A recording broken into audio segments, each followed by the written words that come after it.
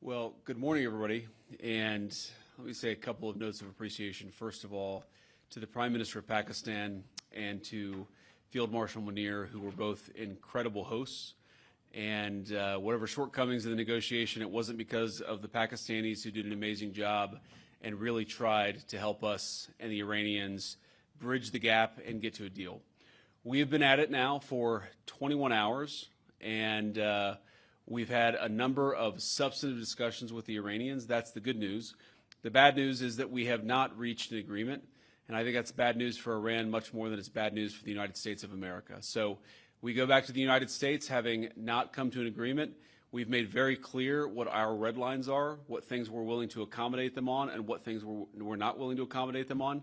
And we've made that as clear as we possibly could, and they have chosen not to accept our terms. Questions? Sir, Nick Robertson from CNN. Precisely what have they rejected here?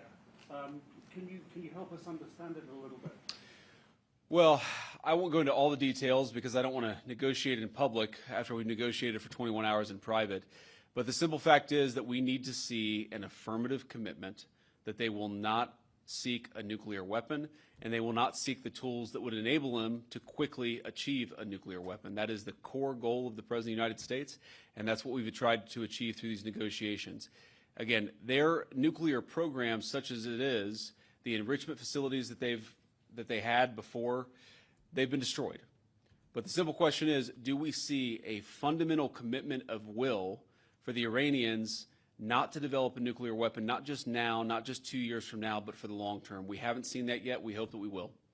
Jen. Was there a framework on anything? And also, did the Iranian frozen assets come up, and did you reach any conclusions on those frozen assets? We talked about all those issues, Jen, and we talked about a number of issues beyond that. And so certainly those things came up. But again, we just could not get to a situation where the Iranians were willing to accept our terms. I think that we were quite flexible. We were quite accommodating. The President told us, you need to come here in good faith and make your best effort to get a deal.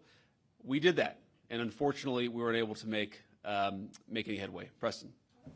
Mr. Vice President, how often did you communicate with President Trump throughout the negotiations? There were reports that there were multiple rounds where there were breaks in between negotiations. How often did you communicate with the President throughout those rounds, and what was he saying as you were going through these negotiations that you said fell short? Yeah, obviously we were talking to the President consistently. I don't know how many times we talked to him, a half dozen times, a dozen times over the past 21 hours.